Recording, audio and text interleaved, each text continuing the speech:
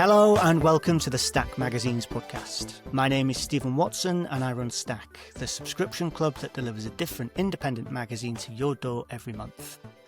Now, this podcast normally focuses on the people who are involved in making independent magazines, and my guest for this episode totally fits the bill as an award-winning designer and art director involved in making magazines happening right now.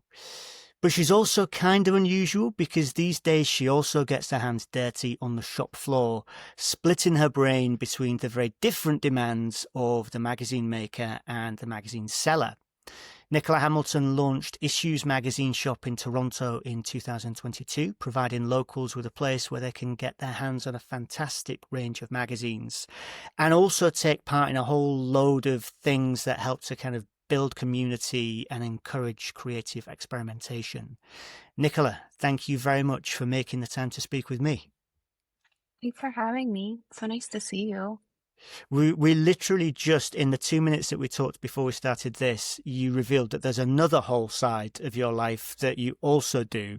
And I just get a little bit weirded out by these people who manage to find so many hours in a day, and maybe there's just like an extra day in the week that lets you do stuff. So maybe we should just go down sort of from the top, the things that you're involved with doing. So you're making magazines as an art director and designer.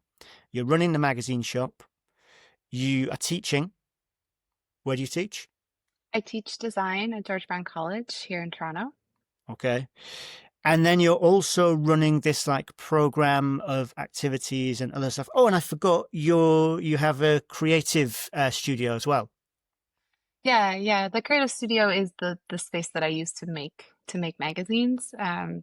So it's been just me on my own, even before we opened Issues, art directing and designing publications, independent and commercial. And just recently, I brought in an editorial counterpart, Stacey Lee Kong, and a photo counterpart, Delaney Morgan.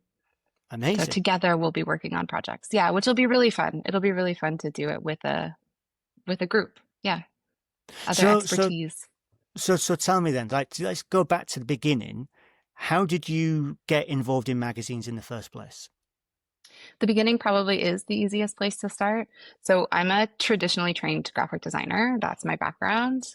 I studied here in Toronto and have stayed rooted in Toronto. I spent the first 10 years of my career working in commercial magazines. So I worked for titles that probably have no relevance to many people outside of Canada, but I started my career at a publication called The Grid, which was a city weekly magazine style design on newsprint that was named the world's best newspaper for 3 consecutive years by the Society of News Designers.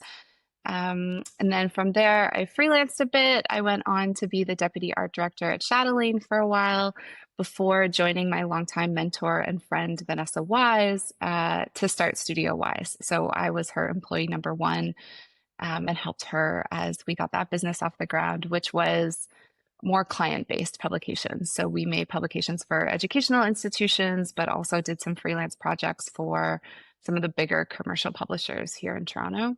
And in 2019, I was doing that. I was at Studio Wise as the art director. I was teaching part-time, and I was also on the board of directors of the RGD, which is the Association of Registered Graphic Designers here in Canada.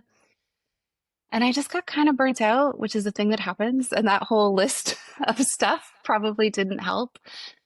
So I took a sabbatical starting in January of 2020 that went totally sideways in March of 2020. Oh my goodness. Yeah, it wasn't exactly what I had intended, but Issues wouldn't exist without that sabbatical and without the pandemic. So I was freelancing as an art director, working for a publication called Best Health, which we redesigned, a small group of us redesigned and then produced for 4 years before it shuttered. Doing a B2B publication for Toronto-based lawyers called Precedent that prints twice a year.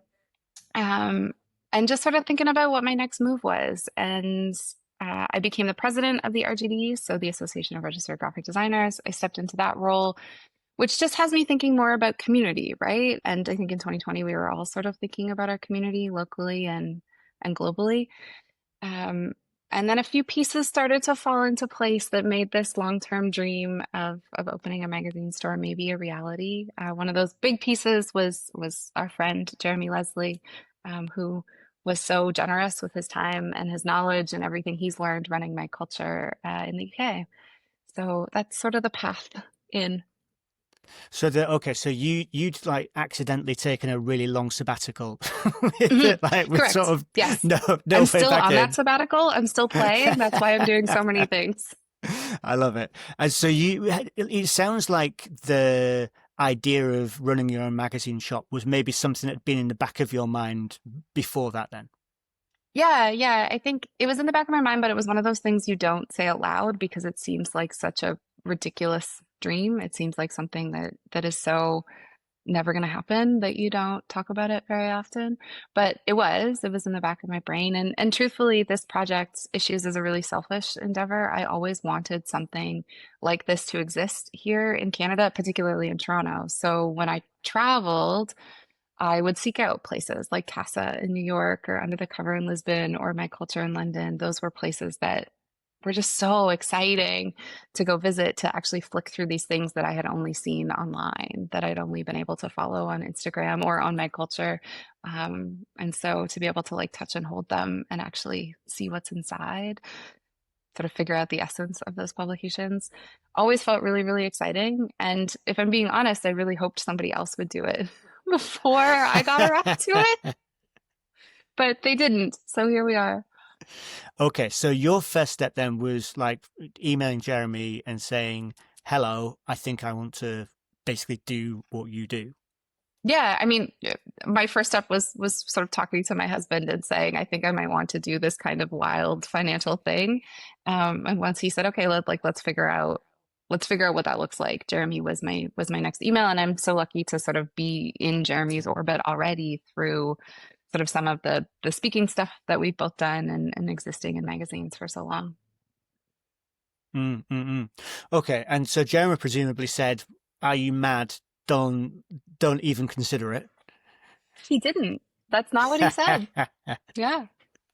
Okay, he said you should give it a go. It will be fantastic. So then, like, I mean, I imagine that you then have just like an enormous laundry list of things that you've got to figure out. Location's going to be super important. Like, like getting the funding together to do it. Like, what was the thing that I don't know, was there like a sort of a moment where you turned a corner and you went from going, this is something I want to do, to then suddenly going, oh my God, this is happening. Like we've done this, now we're actually doing it. I, if I say something out loud to somebody that I respect, I am incapable of stopping that train. So honestly, saying it out loud to Jeremy, having those conversations, I sort of knew that it was going to happen, that I was going to make it happen in some capacity at that point. But the most exciting part, like the moment where it stopped being hard and it started being really fun again, because the real estate and the financial stuff, like that's not my area of expertise. It's not my comfort zone. It was not fun. That was definitely the hardest part of the whole process. But the moment that it got fun again and exciting was when so our location was like totally under construction. And Ra and Ollie, one of our distributors, they were moving warehouses. And so James had sent a message and said, like, hey, we have all of this inventory that we don't really want to move to the new warehouse. It's in Ontario already, which is the province that Toronto's in. Can we send it to you? And I said, yeah, but I think you have to send it to my house because I can't put this like nice, shiny new product in our very dusty and dirty construction zone. And so unpacking that first box of titles was really, really exciting. Yeah, I remember the days when before we had a warehouse and all of our magazines came to what was then my flat. It was not a very big flat. And I mean, magazines quickly overpower a space. Like people do that thing where they open a magazine and sniff it and go, ah, it's so lovely. But like when you wake up in the morning and the only thing you can smell in your flat is like hundreds or thousands of magazines, It, that's not a nice smell.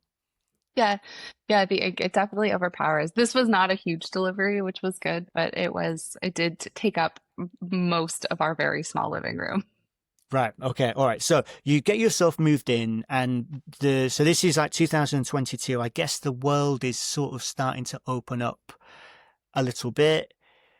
Like, how did the reality of you running this place compare to what you'd kind of been envisaging?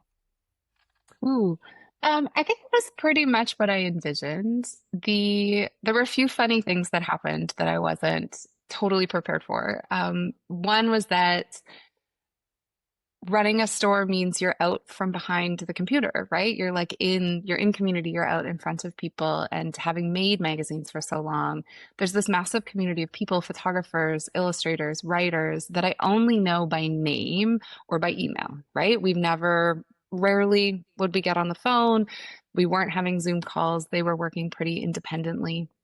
And so all of a sudden I'm here in this space and someone's sort of looking at me and I'm looking at them and they're not like, you can tell something's happening. And all of a sudden they're like, I just want to introduce myself. We've actually worked together for 10 years. We've just never met in person.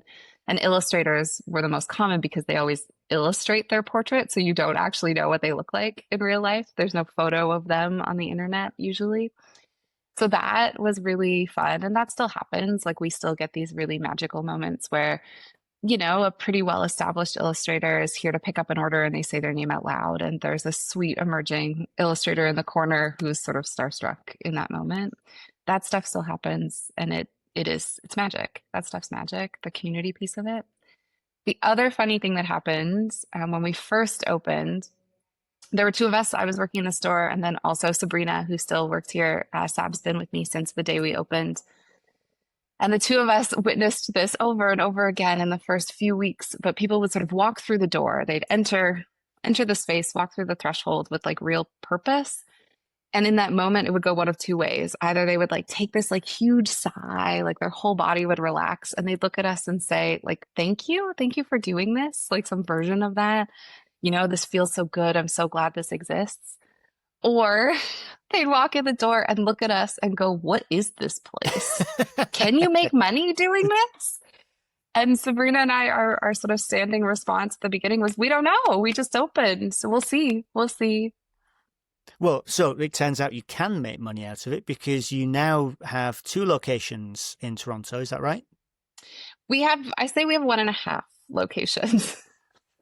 So we're in the west end of Toronto. We're at Dundas and Dufferin in Little Portugal, and we got an opportunity last fall to open a store-in-store experience inside Health Hut, which is a natural beauty retailer in the east end of Toronto. So across the city, we have this small room. We have about 50 to 60 titles there at any given moment, where we have, more like 200 to 300 at any moment here in store. So it's smaller, but it is a second location. And it does mean that our sort of customers can pick up their orders there instead of having to cross the city as well. Perfect. Yeah. And then, Yeah. so you've also just come off the back of a 2-week pop-up in Vancouver, I think. Yeah, we did. We every year. So one of the other hats that I wear is this sort of president of RGD, and one of the things that RGD does is run Canada's largest graphic design conference, and we run a conference in Vancouver in May and Toronto in the fall, in October and November.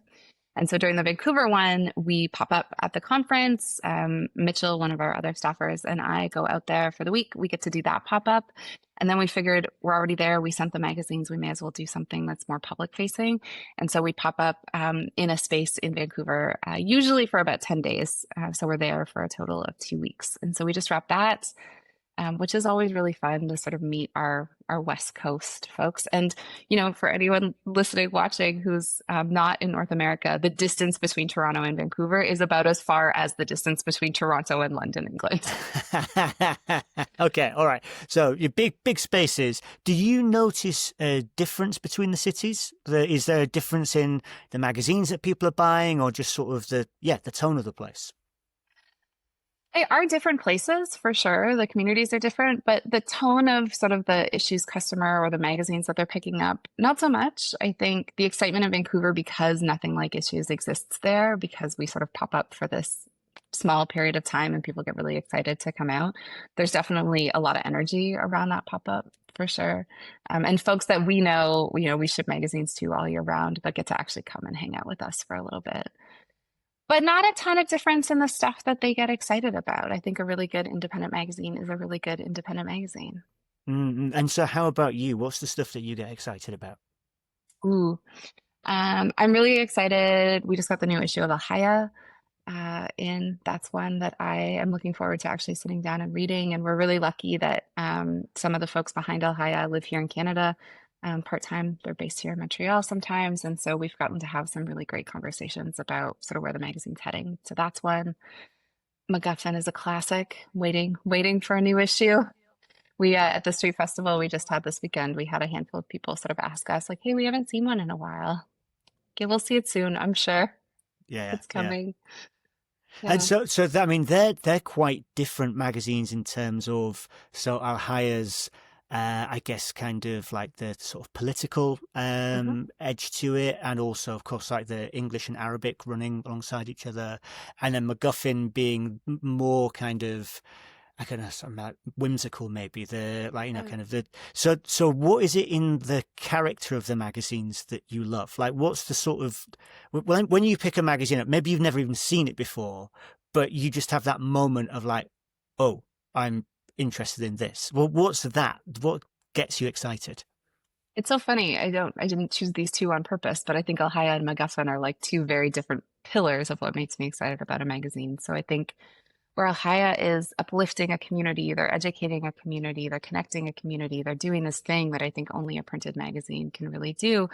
And one of the things that's so important to them is actually committing some of these stories. And so, they're Arabic feminist articles, and they're sort of committing these to the archive, right? Again, something that print can do on its own, where I think MacGuffin is whimsical. I think it is this sort of moment of like, they got away with this. Like, who let them do this? Who let them dig into these stories? And of course they let themselves.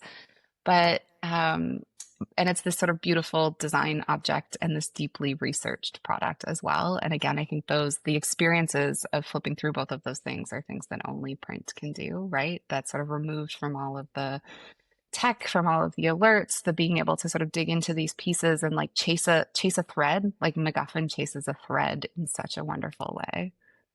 Totally, yeah, yeah. Well, but then I think there's a really, I mean, this is where you come in. Like, there's a really important job to do in putting that in front of people because these magazines are made for people to pick them up and flip through and get interested in that way. But you sort of need to get over that hurdle first of actually getting it in your hands. And it looks like a lot of what you do is built around kind of fostering and stoking community. And you've used the word community like lots of times already. So like maybe tell me about some of the things that you do with the shop that are about bringing people in and maybe bringing new audiences in. Yeah, I mean, I think the physical location is the sort of first piece of that. And I remember when we were first getting issues rolling, I remember sort of trying to get financing, talking to the bank, and sort of every suit at the bank was always skeptical of a physical location, right? Like, why not just open online first? And I was so attached to the idea of it being a space where you could actually come and like touch and hold these things, where you could actually flip through them and see how wonderful they are, how much like care and attention went into making them. So the actual physical location, I think, is a huge part of that. And then bringing people through the door, that's important. So we do that, through events that we hold here. We do a lot of magazine launch parties. We just hosted the Serviette #6 launch party last week. Um, but we also do, little talk series, folks sort of speaking about their magazines. We run collage workshops, which is sort of separate from making magazines, but it sort of deals with some of the waste of running a magazine store. So some distributors ask you to rip the covers off of the magazines once they pass their off sale date, and we don't like that practice very much at all. It hurts our hearts. And the contract says you have to destroy the remains. And so we interpreted that as cutting them up and making art out of them. So since shortly after we opened, about 6 months after we opened, an incredible artist named Alana Chelmick started hosting collage workshops here at least twice a month. For most of the year. So she runs those. That brings people in, which is always fun. And it means our space is active after hours too. And then you're right, our mandate is about community. We always say it's to support the people and projects keeping print alive. And that to me means our sort of publishing community, our editing community, our designing community, of course, but also our photographers and our illustrators. So we run a photography portfolio review for senior and intermediate photographers. We run the same program for illustrators. We run bigger collage workshops at this very cool co-working space called East Room that have like an artist host, like a different sort of gallery show. An artist host comes in and runs those workshops for us. And we'll sort of keep building on that programming as we get excited about something. Like a lot of what we do is really kind of organic and based on what our team's excited about at that moment. Yeah, yeah. I mean, I obviously only see it from a distance, but Yeah. like via Instagram, it looks amazing. It looks fantastic. And I hadn't Yay. realized, I hadn't realized the thing about the collage nights being built off the back of not wanting to just destroy those magazines. Because of course that is something that, yeah, it's one of the really unfortunate things about the way that the magazine industry has kind of grown up is that you have to destroy some magazines. So to do it in that Yeah. positive way is such a good idea. And also, I'm really interested in the consignment program that you have. So Mm, again, like, you know, one of the like sort of difficult things about selling magazines is having like, you know, the whole kind of relationship with the publisher or a distributor. And it looks like you're trying to find a clever way around that. yeah. So we work with a whack of distributors sort of spread out around the world, like 7 or 8 on the regular. And we have tons of direct to publisher relationships as well. But one of the big challenges is that magazines approach us all the time and they want us to stock their titles, right? And we have to be careful about what we bring in because we have a responsibility to our customers to make sure we're curating that in some way. We want to make sure we're excited about what's coming in so that when we talk about it, we're excited about it. And consignment's always been one of the ways that people test things in this industry. So we don't do a ton of consignment. We started doing a little bit more when we first started, and the administrative work of it was a lot. Sort of keeping tabs on how many copies have sold and who is invoiced. And a lot of those folks have never invoiced before. So even sort of educating them on how that process works.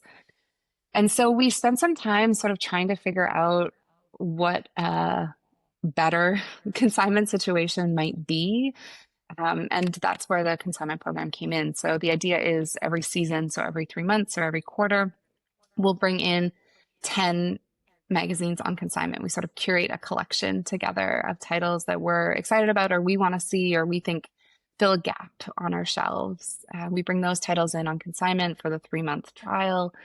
And that gives us like a really nice sort of start and stop to that consignment program. So we know that those 10 titles are going to get paid out at the end. They're going to come collect whatever's left, or we'll choose to keep it if it's doing well. And it gives us a good 3 months is a good amount of time to sort of see how well something is being received by the audience, which also takes a little bit of that off of my plate for curation, right? Because, yes, this shop is very much a reflection of my own taste. But I also want it to be a reflection of what our customers are interested in and might want to discover. And it feels like you're sort of helping publishers along in terms of going like, look, these are the systems that we have to work with here. Yeah, yeah, I think that is it. And the sort of consignment program submission form is open all the time. We sort of don't remove anything from it. As new submissions come in, we add comments, and we're sort of looking at that as a 10 issue collection, like what's a fun collection to sort of put together in this moment. But it is about giving people sort of an idea of what those parameters are so that they understand, like, okay, I'm submitting to this. I'm not going to hear for a couple of months because they don't go into their next program until then. Um, because sort of giving people really, really good feedback is important to me, but it's really hard to do if you're doing it constantly. No, totally. Yeah, yeah. And so then there's also like we're just like reeling off this long list of things going on. So there's also the magazine club, which it Yeah. looks like that is 3 magazines sent out every 3 months. Pretty much, yeah. That is that's folks who are sort of coming to us and saying, like, I want you to pick my magazines for me, but I don't live here. That's sort of a piece of it. I can't come in all the time. And so again, like so much of what we've done has been a response to what our sort of community has asked for or mentioned or suggested. And so that one is we picked 2 magazines we're really excited about. Well, we have the budget, so it's $100 a quarter, and so we have the budget to work with. That typically means we're picking 2 magazines we're excited about. And then we have all of our Mag Club members fill out a little survey and we curate a title for them each submission as well, or each delivery as well. That's lovely. And then we get fun extras, like things sort of pop up where our partners want to send something extra out to our subscribers. So we do that too. But I Yeah. mean, look, I know running a subscription is not necessarily a Doing it straightforward thing. monthly. We do ours quarterly, and I can't imagine what it's like for you. Well, we only do one magazine a month, so that makes things a bit easier for us. But there's just a whole load of admin around, like keeping track of like who's paid you and like, you know, what they need to get. And then it looks like you also have this other thing, which is the custom box sets. Yeah, our custom box sets, those really popped up around the holidays, and it was that. It was folks who were coming in, they're like, I want to buy a bunch of magazines for somebody. Here's what they're into. Can you curate something for me? And we sort of pulled that into a product that's been really fun for us to pack, right? You get these notes about someone, and you get to sort of pull together titles that you want to introduce them to. And we do that both for individuals, but we also do it for businesses. So our box sets Mm-hmm. for business have been really fun. So hotel lobbies, hair salons, dentist offices, those sorts of things where they want more interesting titles out in their waiting areas. Yeah, yeah. And it feels like it's all built around this thing of like showing people new stuff, like showing people Yeah, things that they curation. wouldn't otherwise have come across themselves, which I guess also then like is there's the bridge into like your work as a designer where you're also helping to show people things they might not already have come across. Well, I wonder like where do you see the similarities between like the two sides of your world?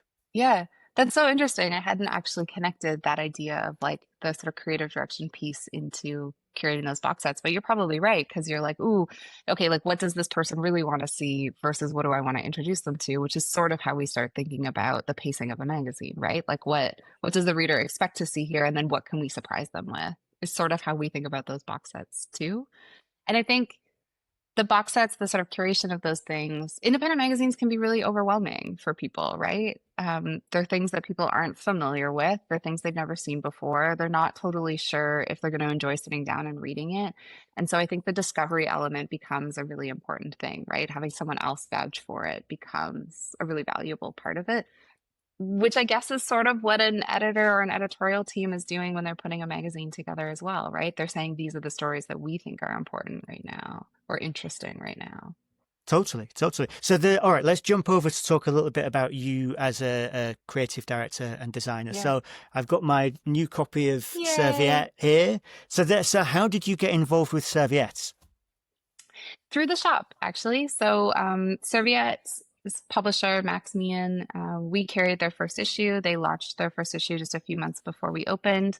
I met Max that way. And when Max was making issue 2, they had had a little bit, the team that he was working with had had a little bit of a staffing switchover, and he popped in one day asking for some recommendations for an editor, someone who could come in as a sort of managing editor and help see the second issue through. And I passed him along to a friend of mine named Danielle Groen, who's an incredible editor. She was freelancing at the time. And so Danielle sort of jumped into issue 2 at the end just to really sort of pull it together. And they had a really good time working together. And Max asked Danielle if she would sort of manage the next issue, if she would sort of step into this role as editor for that one. And she said, yeah, but only if Nicola can design it.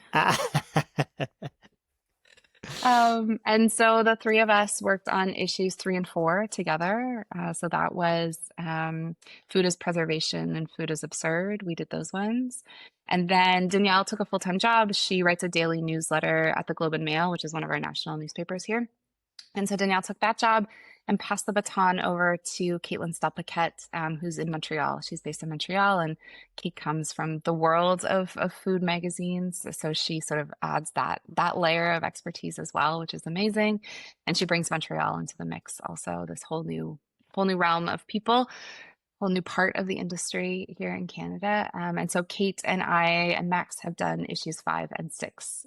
So that was the Food is Place issue, and then just launched the Food is Design issue. Perfect. And when I think of Serviette, I think of these still life Yeah. photos that you have on the cover. That must be both a load of fun and a massive stressful pain in the backside. So, was it you who introduced those, or did they exist before you? So Serviette produced two issues before I got involved, and so the still life they really did that with the first issue. It was the still life for sure. So they sort of introduced it there. They did a second still life on the second one, and so I guess they introduced it, and we've sort of continued that. Covers are funny in that I think I come at covers very differently than many people. I don't put as much pressure on the cover as a lot of people. I tend to always have a couple of stories as I'm assigning art. I have a couple of stories that I think could work on the cover. And I tend to sort of ask for an extra image here or there in those shoots to try on the cover.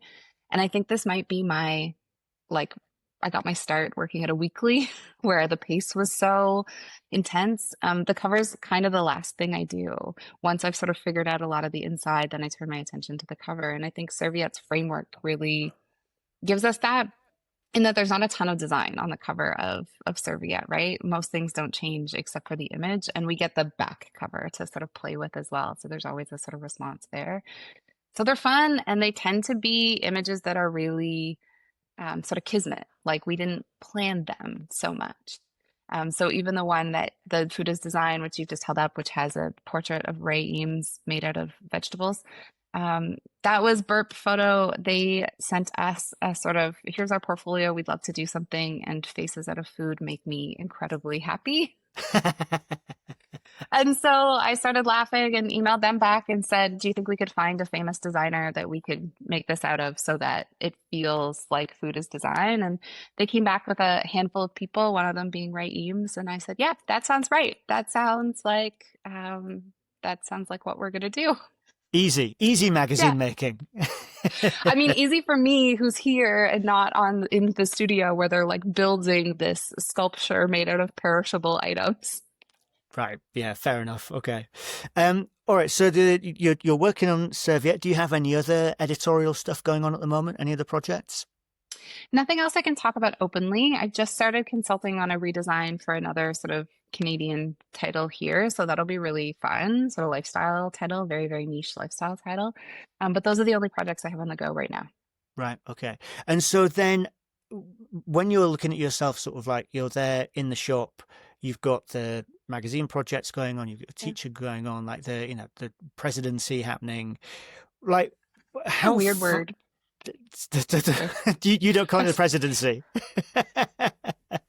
Okay. It's a shinier title than the job actually is. Anyways. Fine. Okay. I didn't mean to aggrandize you. How far ahead do you look in all of that? Like is there like this sort of like 5-year plan for we're here now, we're going to get there? Okay. No, lots of shaking heads. No. Are you like month to month in terms of how we're doing things, or like what's your sort of horizon that you look to? I mean, with the magazines are wonderful in that they always have a schedule, right? The frequency, or for the most part, they have a frequency for which they come out. Those dates are pretty locked in. You know when you have to send it to press. And I've worked in this industry long enough to know that even if you think you're going to plan it 3 months in advance and you're going to be way ahead, you're still going to work around the clock for the 2 weeks before it goes to print.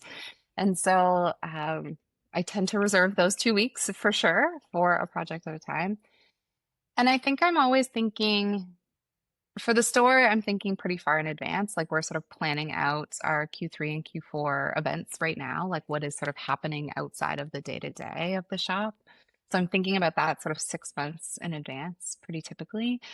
And everything else is week to week, like the way I've sort of built this world where everything I'm doing is malleable. Like I don't have a lot of hard deadlines in a week. I don't have a lot of sort of standing meetings that I can't miss. Everything is sort of movable in that way. And so it's sort of week to week, like, okay, like what do I actually have to get done this week? What do we have to tackle? And then I'm super lucky here at the store too. My team, Mitchell, Sabrina, and Melly are so like incredible, and they love this place so much. And I can lean on them for a lot of stuff around here. Mm-hmm. Okay, so looking ahead to what you have coming up then, can you give us something like what are you most looking forward to? Ooh. We get to go through the submissions for the next issue of Serviette next week. So the deadline is the 13th. And that's Food as Ritual. And that's always fun, right? Like what else have people sort of thought about? How else have people interpreted this? What stories would we never have encountered on our own? That's always fun. And actually, so that's Serviette. I'm really looking forward to that. We sort of slow down here for the summer, so we cool it on events for July and August. But we do throw this zine festival called Zine Shine every summer. And we're in the process of sort of curating that list. We've got all of our submissions and we have to start to pick and choose who we're going to bring in for Zine Shine. And so going through those submissions is also, that's on my list for this week that I'm really excited for.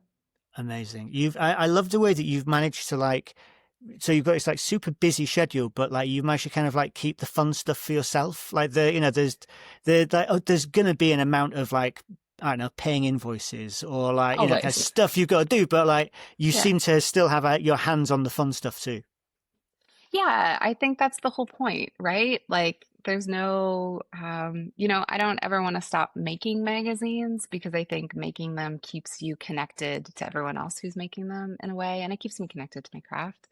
But being able to like get in there and sort of see and celebrate what everyone else is doing is really fun too. Yeah.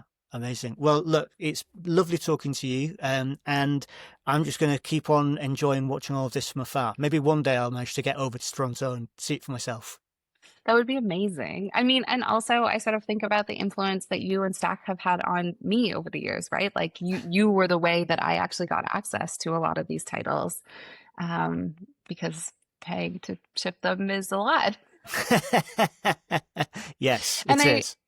yeah, and I sort of still think about, how excited, I mean, I still am excited to open a Stack envelope every month.